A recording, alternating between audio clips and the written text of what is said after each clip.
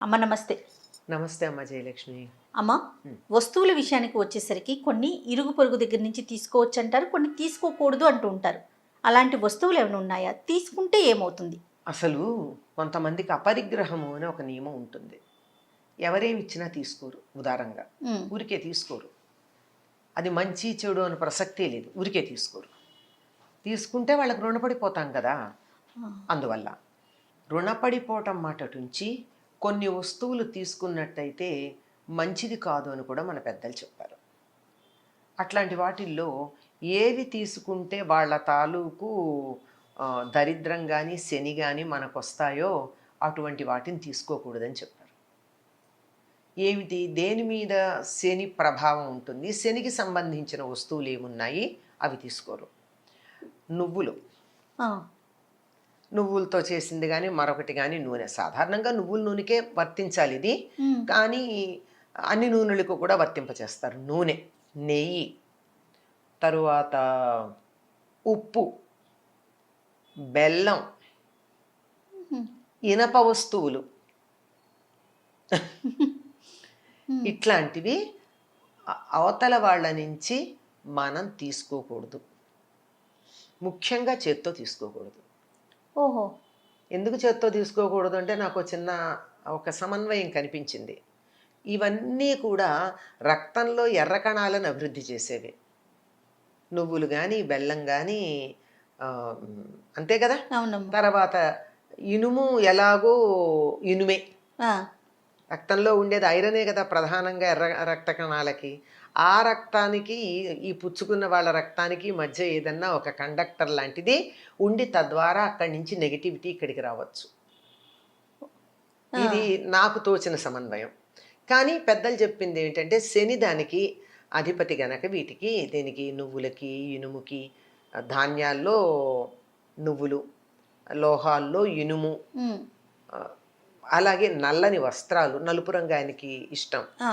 నలుపు, ముదురు నీలం ఇట్లాంటి వస్త్రాలు, ఇలాంటివి ఇతరుల నుండి మనము తీసుకున్నట్టయితే వాళ్ళ దగ్గర ఉన్నటువంటి శని ప్రభావం ఏదైతే ఉందో అది మనకి వర్తిస్తుంది అని చెప్తారు. అందువల్ల తీసుకోరు. ఇంకా ఏమిటంటే కొన్ని వస్తువులు ఊరికే తీసుకోకూడదు. ఆ! పైగా కొన్ని వస్తువులు అసలు అప్పుగా అస్సలు తీసుకోకూడదు. ఉదాహరణకి మన ఇంట్లో పెరుగు పూర్తిగా అయిపోయింది, హ్మ్. పాలున్నాయి. పక్కింటికి వెళ్ళి నేను తోడు పెట్టుకుంటాను కాస్త పెరుగు ఇయ్యి అని అడగకూడదు. తోడుకి పెరుగు అడగడం అన్నది తోడు పెట్టడానికి అయితే మాత్రం పెరుగు ఇవ్వరండి. ఓహో! ఎట్టి పరిస్థితుల్లో వాళ్ళు ఇవ్వరు మన తోడు కోసం అడిగామంటే. మనకు కావాలి అంటే వెళ్ళి మామూలుగా అడుక్కోవచ్చు. ఏమని, నాకు ఇంట్లో పెరుగు అయిపోయిందండి, కాస్త ఈ పూట నేను మజ్జిగ లేనిదే అన్నం తినలేను, కాస్త పెరుగు ఇవ్వండి అని అడిగితే అట్లా తెచ్చుకోవచ్చు. కానీ తెలిసిన తో వాళ్ళైతే ఎవరు? తోడు కోసం అయితే మాత్రం ఇవ్వరండి పెరుగు. ఎందుకమ్మా? దాని పేరేమిటమ్మా? తోడు. తోడు అంటే సహకారం. ఆ! నాకు తోడుకి లేదు ఇవ్వమని అడిగితే మన దరిద్రాన్ని బయట పెట్టుకున్నట్టే కదా. ఓహో! అటువంటి దరిద్రులకు మనం సహాయం చేస్తే ఏమో అది మనకు అంటుకుంటే, ఇట్లాంటి అనుమానాలు ఏవో ఉండుంటాయి బహుశా. నేను అనుకుంటున్నాను. హ్మ్. కానీ తోడు కోసం పెరుగడిగితే మాత్రం ఇవ్వరమ్మా.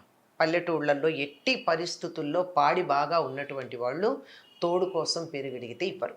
అది అడగకూడదు కూడా. అడగకూడదు. అలాగే ఇప్పుడు నువ్వులు ఉన్నాయి, నాకు చాలా పంట పండింది. పల్లెల్లో బాగా పండుతాయి కదా. అవునవును. పంట పండితే అందరికీ పంచుకునే అలవాటు ఒకటి ఉంటుంది. హ్మ్. మరి పంట పండితే ఏం చేస్తాం, పక్క వాళ్ళందరికీ తలో కాస్త పంచుతాం. మరి పంచుకోకపోతే ఎట్లా? కానీ నువ్వులు ఇవ్వకూడదు కదా, హ్మ్. కొనుక్కోవచ్చు. అందువల్ల నువ్వులు లాంటివి గనక ఎవరైనా మాకు పండే అయ్యని పంపిస్తే తప్పనిసరిగా ₹1 అన్నా వాళ్ళకి ఇచ్చి తీసుకోవాలి. తీసుకోవాలి. అలాగే చీపురు, ఆ! చేట, ఇట్లాంటి వస్తువులు కూడా తీసుకోకూడదు ఎవరి దగ్గర ఊరికే. హుహు. ఎందుకంటే ఇవి కూడా జ్యేష్ఠాదేవికి సంబంధించినవి. అది అడిగాము అంటే అవి అక్కడి నుంచి మనకు వచ్చినట్టు. ఇప్పుడైతే మనకి లేవు, కానీ పూర్వకాలం అలుగుగుడ్డలు ఉండేవి. అంటే ఇల్లు పేడ వేసి అలకడానికి ఒక గుడ్డలో పేడ వేసి ఇలా అలుక్కుంటూ వచ్చేవారు. అలుగుగుడ్డ అంటారు. హ్మ్. అంటే ఇప్పుడు మనకి మోపర్ కింద లెక్క అనుకోండి. ఆ! బట్టతో ఇల్లు అవునవును. తుడిచేటప్పుడు తడి బట్ట కావచ్చు లేకపోతే మాపర్ కావచ్చు. అట్లాంటివి కూడా ఇవన్నీ కూడా ఈ క్లీనింగ్ ఇంప్లిమెంట్స్ అన్నీ కూడా ఆవిడ గారికి సంబంధించినవి. అందువల్ల అవి కూడా ఊరికే తీసుకోకూడదు.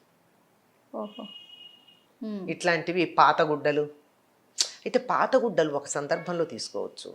పసిపిల్లలు అప్పుడే డెలివరీ కనుక అయినట్టయితే ఆ పాత ఆ ఒంటి మీద పెట్టుకున్నటువంటి దానివల్ల వాళ్ళ యొక్క భావనలు దాంట్లో ఉండి బిడ్డ క్షేమంగా ఉంటారు కనుక అట్లా అడగచ్చు. కానీ మామూలుగా అయితే అట్లాంటివి ఇట్లా తీసుకోవడం అన్నది ఇవన్నీ దరిద్ర హేతువులుగా చెప్తూ ఉంటారమ్మా. దరిద్రం అంటే మరొకటేం కాదు, మన చేత కష్టపడేటట్టు చేసేది, ఎంత శ్రమ పడినా ఫలితం రాకుండా శ్రమ మాత్రమే మిగిల్చేది. ఆ పని చేసే ఆయన ఎవరంటే శనైశ్చరుడు. నెమ్మదిగా నడుస్తాడు ఆయన. ఎంత నెమ్మదిగా నడుస్తాడంటే మనకు కూడా ఎంత కష్టపడ్డా ఫలితం అన్నేళ్ళు పడుతుంది అనమాట. అది అంతకన్నా ఇంకేం కాదు, కారణం కాదు. అందువల్ల వీటిని ఎవరి దగ్గర ఉదారంగా తీసుకోకూడదు అని చెప్తారు. సో అంటే ఇప్పుడు మీరు చెప్పిన దాన్ని బట్టి మనం వస్తువులు అడిగేటప్పుడు ఆలోచించి అడిగి తీసుకోవాలి, అంతే కదమ్మా? అంతే అమ్మా. అంటే ఇప్పుడు ఇవన్నీ కూడా ఆధ్యాత్మిక పరంగా అంటే ఇలా చెప్తే భయపడతారని చెప్పుండొచ్చు అంటారా? అంతే. జ్యేష్ఠాదేవికి కోపం వస్తుంది, లేకపోతే జ్యేష్ఠాదేవి మనకు వచ్చేస్తుంది, లేకపోతే ఇవి తీసుకోవటం వల్ల శని మనకు పట్టుకుంటుందని ఇలాంటివి చెప్పటం వెనకాల ఒకటి ఏంటంటేనమ్మా, ప్రధానంగా ఎవరి దగ్గర ఏమీ తీసుకోకూడదు అని ఊరికే తీసుకోకూడదు అనేటటువంటి భావన పెట్టుకోవాలి. ఎవరి దగ్గర నుంచి ఏమన్నా తీసుకుంటే తిరిగి ఇచ్చేటట్టుగా ఉండాలి. దాని బదులు ఏదో ఒకటి ఎంతో కొంత ఈ భావన ఉన్నటువంటి వాళ్ళకి మాత్రమే ఇవన్నీ వర్తిస్తాయి. కానీ ప్రతిదీ అందరి దగ్గర ఏది వస్తే అది ఊరికే వస్తే ఏదైనా తీసుకునేటటువంటి మనస్తత్వం ఉన్నటువంటి వాళ్ళు కనీసం కొన్నింట్లోనా జాగ్రత్త పడతారని చెప్పి, ఇవి తెలిస్తే ఇంకా కొన్ని విషయాల్లో కూడా జాగ్రత్తగా ఉంటారని చెప్పడం ఉంది. అందువల్ల ఉదారంగా ఎవరి దగ్గర నుంచి ఏమీ తీసుకోకూడదండి. ఇప్పటికి కూడా చెప్పేటటువంటి మాట. మీకు ఇంకా గట్టిగా చెప్పాలి అంటే దానం ఇచ్చేటప్పుడు కూడా ఇనుము దానం కానీ, పత్తి దానం కానీ, మరి నువ్వుల దానం కానీ ఎవరు పడితే వాళ్ళు తీసుకోరు. అందుకే ఈ దానాలు పుచ్చుకునే వాళ్ళల్లో ఎవరన్నా మరీ దరిద్రుడిలాగా ఉంటే నువ్వుల దానం పట్టేవాళ్ళ ఉన్నాడు వీడు దరిద్రుడు అంటారు. అవును. అంటే నువ్వుల దానం పట్టేవాడు అంటే ఎంత దరిద్రం అంటే అందరి దరిద్రం వీడే తీసుకుంటున్నాడు. నిజంగా అది ఒక రకమైన త్యాగబుద్ధి. కానీ ఏం చెయ్యాలి, ఆ దానం తీసుకున్నాక ఆ ప్రభావం పోవాలి అంటే ఎన్నో లక్షల గాయత్రి చాలా నిష్ఠగా చెయ్యాలి. చేస్తున్నారా? అది కనిపించదు. అందువల్ల ఇవి దానం తీసుకోవడం, ఊరికే తీసుకోవడం, అప్పు తీసుకోవడం కూడా చాలా జాగ్రత్తగా ఆలోచించాల్సినటువంటి విషయాలు. పత్తి కూడా తీసుకోకూడదమ్మా ఒకళ్ళ దగ్గర నుంచి. పత్తి కూడా తీసుకోరు. పత్తి ఇస్తే కూడా ₹1 అంటే మినిమం, ఎంతో కొంత, ఎక్కువ 100 ఇవ్వచ్చు 1000 ఇవ్వచ్చు కాదనం. పత్తి కూడా తీసుకోరు. చిత్రం ఏమిటంటే ఆ పత్తితో తయారైనటువంటి వస్త్రాలు తీసుకుంటాం. వస్త్రం మళ్ళీ దానికి చాలా పవిత్రత ఉంది వస్త్రం తయారయ్యేటప్పటికి. అందువల్ల దానికి అభ్యంతరం ఉండదు. కానీ ఒత్తులు చేసుకోవడానికి కావాల్సిన పత్తి కూడా ఎట్టి పరిస్థితుల్లో తీసుకోరమ్మా. అగ్గిపెట్టి ఒకటి తీసుకోరు. ఇట్లా ఉన్నాయి కొన్ని. అవునవును. ఇవన్నీ కూడా అగ్గిపెట్టి ఎందుకంటే నిప్పు రాజేసేది, అంచేత తీసుకుంటే తగాదా వస్తుంది అని సున్నం ఇట్లాంటివన్నీ తీసుకోకూడదని చెప్తారు. అలాగేనమ్మా. నమస్తే. నమస్తే.